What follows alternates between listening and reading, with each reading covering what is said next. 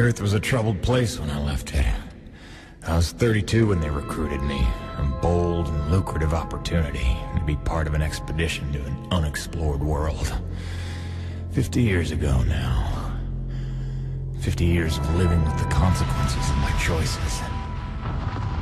50 years since I damned... Capcom's recent trend of sharing their IPs with Western studios has led to some mixed results. But of all the franchises the Japanese giant has shipped out, Lost Planet seems to be among the strangest.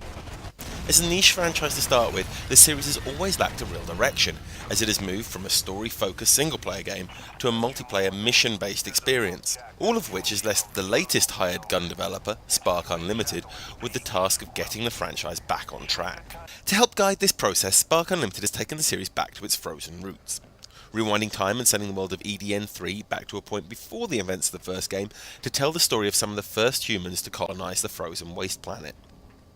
Told in flashbacks, Lost Planet 3's story is framed by the protagonist Jim, confessing to his granddaughter his part in events on E.D.N.III as he seeks absolution for his past.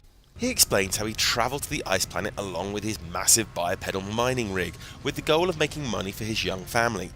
Luckily, thanks to Nevek Corporation's obsession with finding ways to harness the planet's natural thermal energy reserves, the company offers very generous remuneration for his work, and he hopes to quickly make his fortune.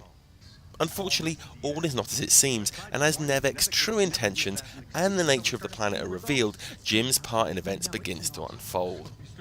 It's a touching story, especially Jim's recorded messages back and forth to Earth and his wife.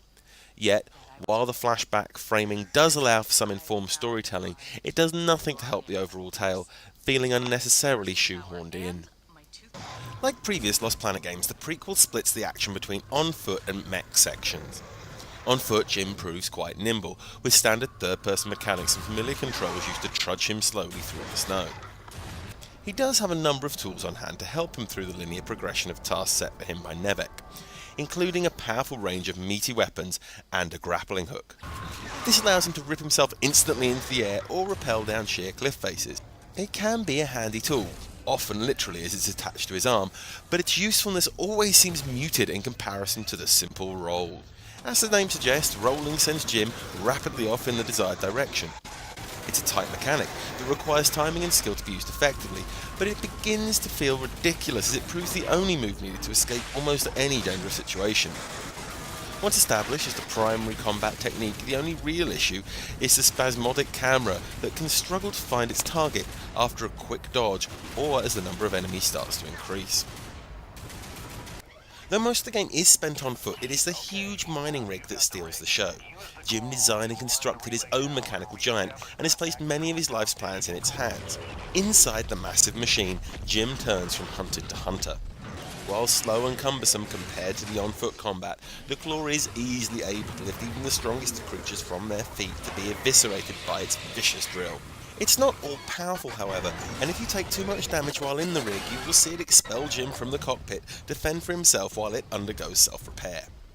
This forces him out into the cold at some of the most awkward moments, leaving him to fight for his life against all manner of E.D.N.III natives. Fortunately, all is not lost, as the rig is more than capable of automatic recovery, even going as far as repairing glass.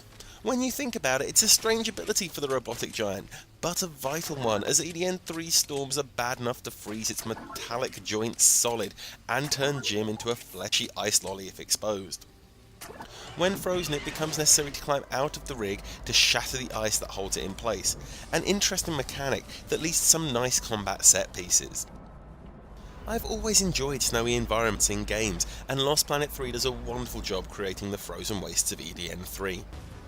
Ice-coated interiors, glacial mountains, and miles of snow set the scene, but it's the particle and light effects that really add chill and beauty to the world. It's almost a shame that Lost Planet 3 comes out after Dead Space 3. Playing and looking similar, right down to the HUD, comparisons are all too easy, which is unfair as the original Lost Planet can certainly lay claim to the setting at least. The characters Jim meets along the way also look good, with videos from his wife providing a particular highlight as he reacts to her various messages from home. It's a shame therefore that Jim's model looks like plastic. But I think that's just a case of the character actually being ugly. Lost Planet 3 does very little special. Dead Space stole its setting, the rig, while entertaining, feels a little bit like an afterthought, and the story of the corporation manipulating people's lives for profit is simply a depressing part of everyday life now. But if you're looking for a nice story in a beautiful world with competent third-person gunplay, then this could be a good fit.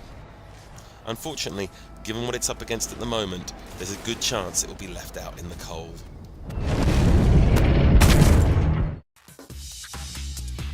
Remember to subscribe below for more reviews, and visit playdouble.com for all of your gaming news.